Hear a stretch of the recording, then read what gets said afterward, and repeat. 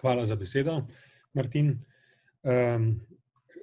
Torej, tudi sam se lotevam vprašanja starizma oziroma diskriminatornega odnosa do starejše populacije, vendar z dveh spremenjenih zornih kotov, ali bolje rečeno, z zornega kota, ki je spremenjen v dveh pogledih. Tako da se ukvarjam pravzaprav z vprašanjem tega, kakšen je bil naš odnos do starejših v času nasprotovanja širjenju epidemije koronavirusa. Še bolj natančno ukvarjal se bom celo samo z populacijo teh, ki so v domih za starejše občane. In druga sprememba zornega kota, glede na zanimivo predavanje kolegice Gorjup, je ta, da v resnici bom se skoncentriral na moralna vprašanja. Torej, opustil bom pravzaprav opisovanje tega, kar je, zato da bi v ospredje postavil presojo tega, kar se je zgodilo, seveda v nekih grobih obrisih, ne bom se s tem zelo natančno ukvarjal, z primerjavi s tem, kar bi se moralo zgoditi, oziroma s primerjavi s tem, kar narekuje morala. To bo moja perspektiva. No, najprej uvodoma povem to, da je sama ideja, da družba se ustavi, torej izpelje neke vrste zaporo družbenega življenja, je ideja, ki po mojem mnenju jo moramo razumeti kot ukrep, ki služi najbolj najstarejšim občanom. Kajti pred to zaporo se je vedelo, da je prav ta populacija najstarejših s svojo multiplo obolevnostjo tista, ki ji najbolj grozi epidemija, in v tem smislu je bila seveda zapora, ki bi naj preprečila širjenje, pravzaprav najkoristnejša prav za to najstarejšo populacijo. In hkrati pa, zdaj, ko je vsaj prvi val za nami, vemo, da v Sloveniji, in ne samo v Sloveniji, tudi povsod drugod, je prav ta populacija plačala največjo ceno, ampak ne nasploh, temveč zlasti populacija starejših, ki živijo v domovih za starejše občane.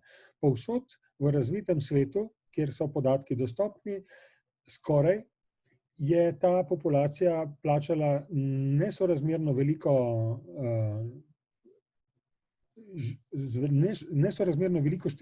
številom življenj, ki bom rekel, daje povsem neko drugo sliko. Tako da imamo opraviti torej s tem dejstvom. V Sloveniji je pač razmerje takšno, da je približno od 5 smrti kar 4 smrti bilo v domovih za starejše občane, oziroma med tistimi, ki so živeli in oboleli v teh domovih, pa bili potem zdravljeni v bolnišnicah, kar je torej 80%. To je verjetno celo najvišji delež v Evropi, po doslej znanih podatkih. Uvršča nas na sam vrh in je to, rekel bi, močan temen madež na sicer več kot samo dobri sliki, ki jo Slovenija s svojim odzivom na koronavirus kaže. Imamo torej vendarle neko kompleksnejšo sliko, torej, v kateri se ukvarjamo s tem, kaj je šlo narobe, kaj je problem v statusu teh, ki so v teh domovih. In sam sem detektiral 3 področja etičnih, spornih rešitev, s katerimi se velja ukvarjati. Torej, prvo področje ga imenujem kar diskriminacija starostnikov, ki pač živijo v domovih za starejše občane. Drugo področje sem poimenoval odrekanje najvišje možne stopnje zdravljenja tem oskrbovancem domov. In tretje področje je kršenje avtonomije starostnikov v teh domovih. Najbolj se bom ukvarjal z analizo prvega področja. Poskušal bom obravnavati vse tri, ampak ne vem, koliko časa, kako mi bo to uspelo. Vsekakor bom pa se ukvarjal s prvim, ki je verjetno tudi najbolj prezrto področje, po mojem mnenju, vsaj v očeh javnosti. Namreč vsi vemo, da je ta tema predmet javnih razprav, zelo živahnih, zelo burnih, in mislim, da je ta prvi aspekt v teh razpravah tudi najbolj odsoten, zato se mu bom tudi najbolj posvetil. Hkrati celo tudi, rekel bi, morda odločilen. Zdaj, katera bo perspektiva, v kateri bom to presojal? Seveda bom izhajal iz, lahko rečemo, dveh načel, ali pa če hočete samo enega. Osnovna perspektiva bo perspektiva, ki jo daje naš, rekel bom, civilizacijski in pravni red, določen z idejo človekovih pravic. Ta ideja človekovih pravic, naj mogoče le to spomnim, je tudi tista, ki je zadnja instanca človeških sodišč v našem svetu. Namreč, ko tudi Ustavno sodišče izreče sodbo, s katero se pritožnik ne strinja, je odprta še pot na sodišče za človekove pravice v Strasbourgu in nad tem sodiščem ni več nobenega sodišča na zemlji, ki bi lahko sprevrnilo to sodbo. Torej je stališče človekovih pravic navsezadnje odločilno.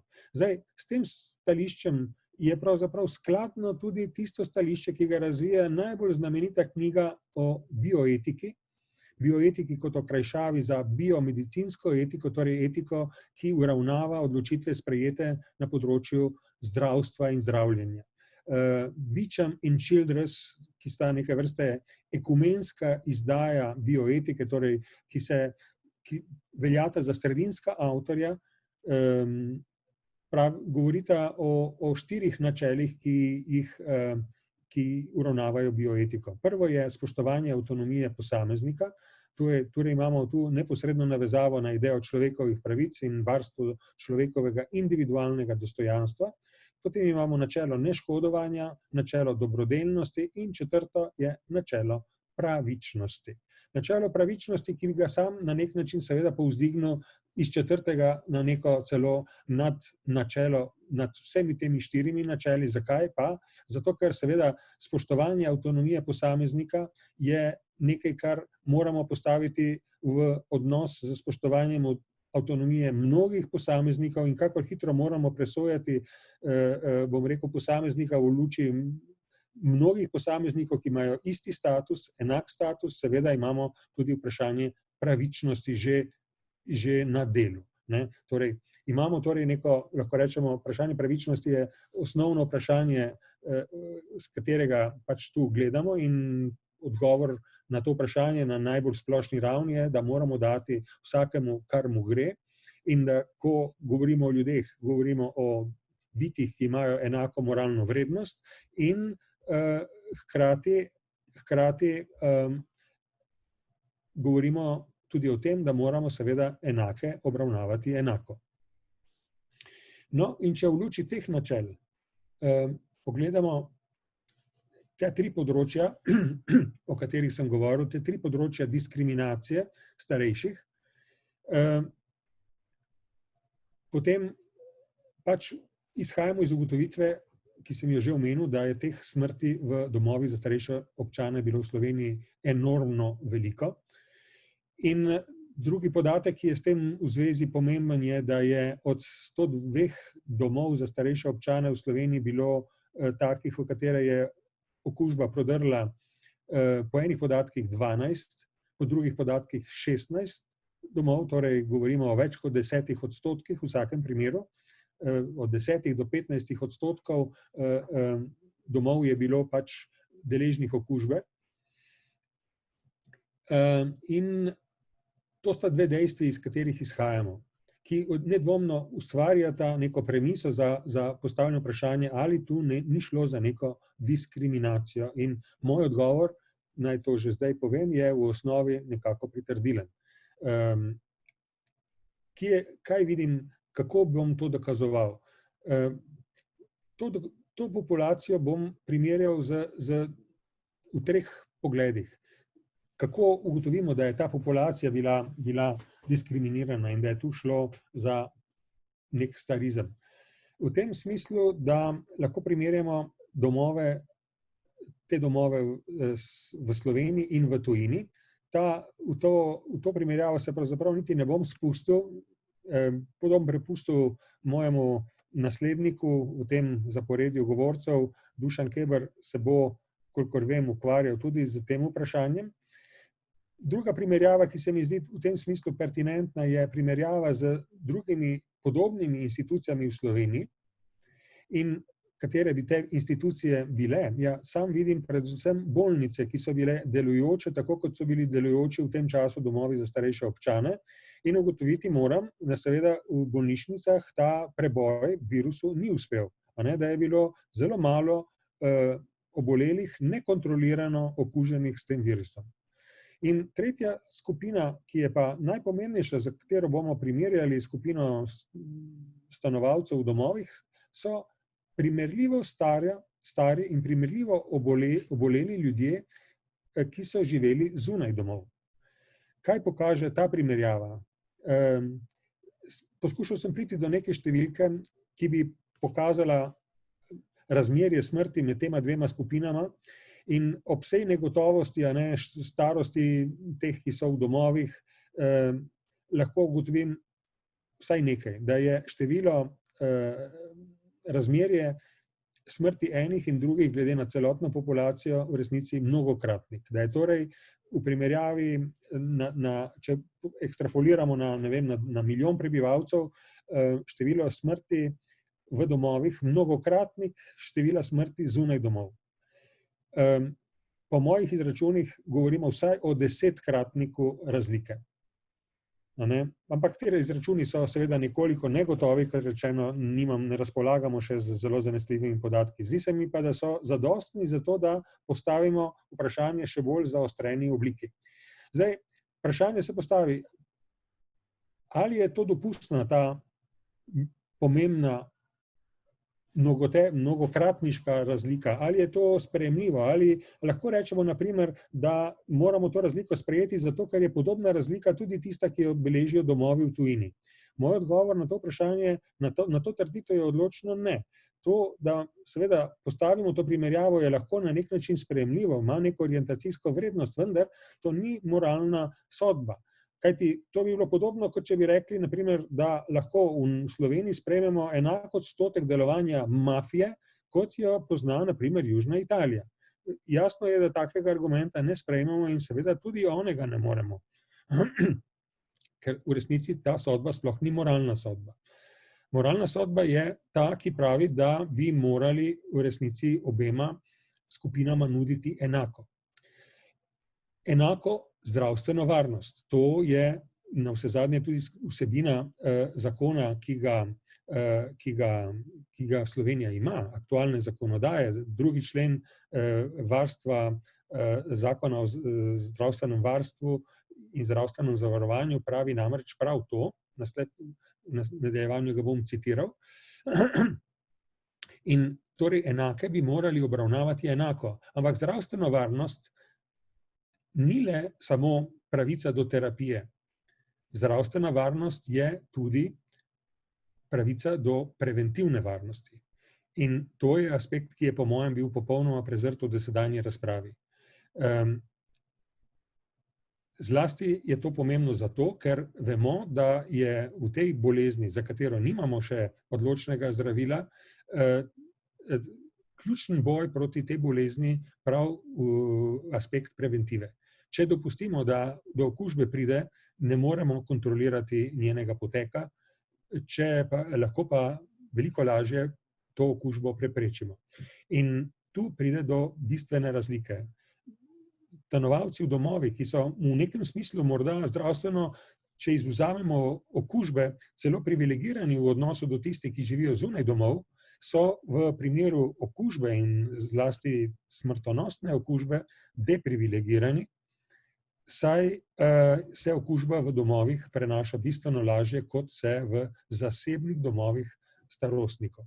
Zasebni domovi so bistveno bolj zaščiteni In to postavlja vse te družbe pred nek velik moralni izziv, ki pač pomeni, da morajo v nadaljevanju, v luči tega, da se lahko pojavi drugi val in nove okužbe podobne vrste, veliko bolj posvetiti temu, da bo preventiva v teh domovih dvignila na nivo, ki bo, ja, lahko rečemo, primerljiv z preventivno varnostjo, ki jo nudijo domovi ljudi v njihovi zasebnosti, pač kjerkoli že.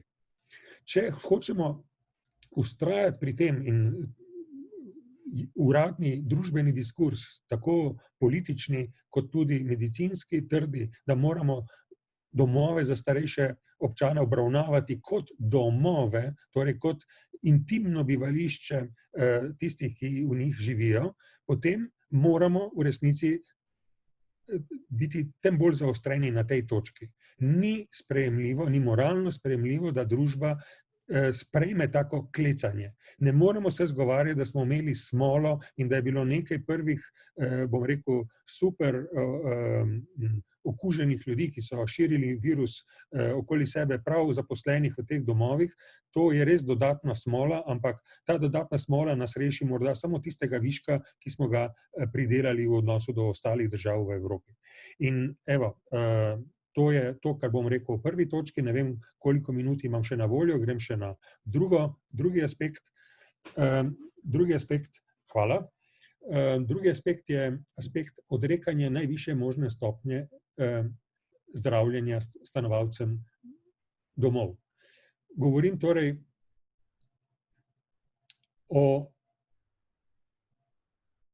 tem, da so bili ti stanovalci diskriminirani, kolikor niso bili deležni tega, kar jim zakon obeta. Namreč najvišjo možno stopnjo zdravljenja. Kaj to pomeni? To je citat 2. člena že omenjenega zakona o zdravstvenem zavarovanju. Vsakdo ima pravico do najvišje možne stopnje zdravja in dolžnost skrbeti za svoje zdravje. Nihče ne sme ogrožati zdravja drugih. Ko se, bom rekel, zdravstveni establishment brani pred očitki, da je prišlo do nepravilnosti v odločitvah in ukrepih, ki zadevajo stanovalce teh domovih, pravijo, vsi, ki so zdravljenje potrebovali, so ga tudi prejeli. To je trditev, ki jo srečamo znova in znova v vseh teh deklaracijah, ki jih širijo zdravniki zadnje dni v obrambi pred očitki, in jaz tej trditvi ne oporekam. Vendar trdim, in mislim, da je to zdaj že jasno, da je ta trditev nekaj drugega od tega, kar pravi zakon. Drugače rečeno, tisti, ki se zadovolji s to trditvijo, v resnici se zadovolji z slamnatim človekom, z argumentom slamnatega človeka. Ne zadostuje, če vsakomur dajemo neko obliko terapije, potrebno je, kot sem rekel, dati vsakemu enako zdravstveno varstvo, ki predpostavlja tudi preventivo. In ta element preventive, naj to odločno povem, pravzaprav ni kritika sedanjih odločitev. Ta element preventive je nekaj, kar moramo kot odgovornost razmazati na vse generacije odločevalcev glede stanja v domovih v zadnjih desetletjih, ne pa samo na aktualne odločevalce, medtem ko seveda o tem, ali zdravljenje da ali ne, pa je pesem drugačna. In v trenutku, ko vemo, da je torej relevantno dejstvo tu to, da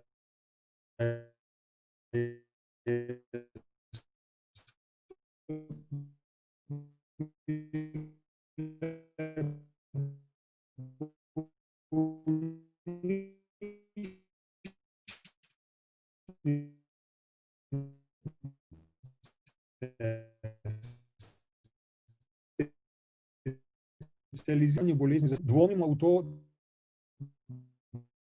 da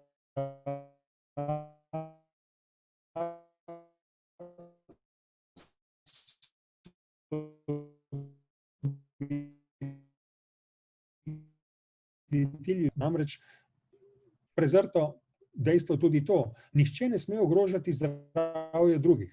Če te ljudje ostanejo v domovih in so oboleli v domovih, v katerih je velika težava ločiti okužene, obolele od tistih, ki to niso, potem seveda je potisnen v položaju, v katerem na nek način proti svoji volji krši, s katerimi sobiva v slabo ločenih prostorih.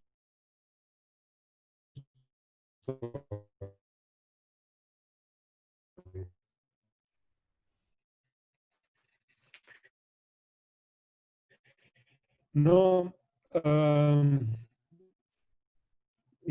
dobro znano dejstvo, ki ga je, bom rekel, Dušan Keber večkrat že javno, da so te domovi imeli zelo nizko zdravstveno oskrbo, da torej so imeli na voljo zdravnika, če citiram predstojnico doma za starejše občane, res da vsak dan, vendar pozor, samo nekaj ur na dan. In da je v ostanku dneva, zlasti po noč sestra ali morda 2 medicinski sestri, je, mislim, da ta dispariteta obravnave precej jasna. A je moj čas potekel? Ja, če lahko prosim počasi zaključujete, ker tudi za časa za vprašanja potem ne bo. Ja, bom.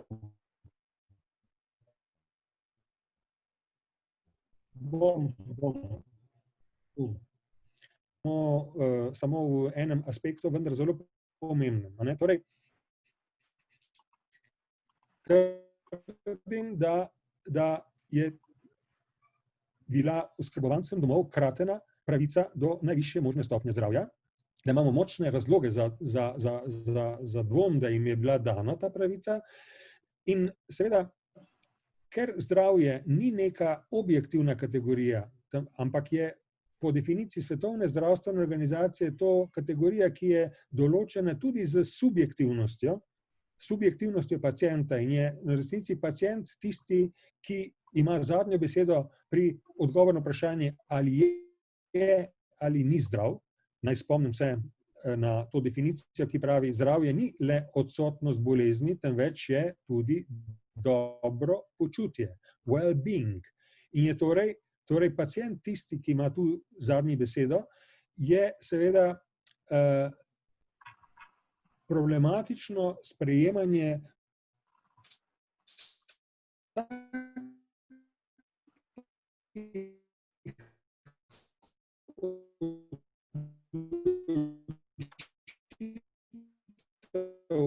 seznanjeno, torej z seznanitvijo pacientov oziroma tisti, ki so njihovi skrbniki, potem je bila spet kršena pravica pacientov do najvišjega možnega zdravja, tudi če je bilo paternalistično sprejeta odločitev, ki je bila v njihovo največjo korist.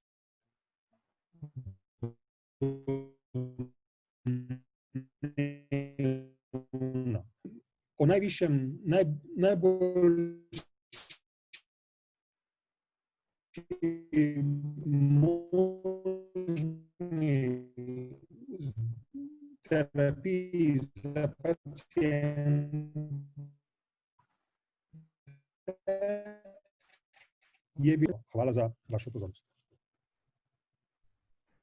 Hvala lepa, profesor Pribac, za to predavanje, ki je zelo aktualno in je govorilo o pomembnih temah, ki se nas tičejo dandanes. In upajmo, da bomo te probleme etično tudi rešili v prihodnje. Zdaj pa mogoče čas je za eno res kratko vprašanje, drugače iz občinstva, če prihaja. Vidim, da ni vprašanj. No, tu vidim, je en izziv sem zdaj videl na chatu, če se lahko odzovem. Ja, prosim, dajte hitro. Jaz bi se nekaj rekla, marsikaj, kar ste danes povedal. Smo midva s kolegom dr. Lenatom Škofom objavila 9. maja v Delu. V isti številki je pa tudi povezano z vašo vsebino izšel članek kolega, dr. Geberga bo poznal, profesor dr. Matjaža Cvitra in študenta medicinske fakultete Univerze v Mariboru z naslovom Korona in medgeneracijska solidarnost. Poznam. Kjer je vsebina, ki ste jo vi načeli, postavljena ravno obratno. Čemu vse se je morala v tem času mlada generacija odrekati za to, da je bilo starejšim generacijam manj nevarno. Drugo, mogoče še samo nekaj okrog statistike. Kolega, vi ste rekli, enormno veliko jih je umrlo. Problem medicinske statistike Slovenije se je tukaj pojavil zelo akutno. Namreč veliko starejših ljudi, ki so v ključni fazi umrli tudi zaradi COVID-19, niso umrli samo zato. Umrli so, ker so imeli že prej vrsto kronoloških bolezni, ampak o tem potem v razpravi. Mogoče pa vsem še samo en razmislek, kako bomo terminološko uporabljali izraz star, starejši, starostnik. To troje ne gre mešati. Hvala lepa. Hvala. O tretjem se ne bom izrekel, ker nimam pravzaprav premišljenega tega odgovora, ampak od prvih dveh pa mislim, da lahko zelo na kratko. Torej, poznam članek, o katerem govorite na Delu. Glejte, jaz še vedno mislim, da res je, lahko rečemo, da smo reševali, ne vem, kapitalistični družbeni red s to zaporo, družbo kot celoto, ampak mislim, da je nesporno dejstvo to, da so po vseh znanih podatkih, ki se potrjujejo iz dneva v dan, v resnici največji, bom rekel, prejemniki dobrega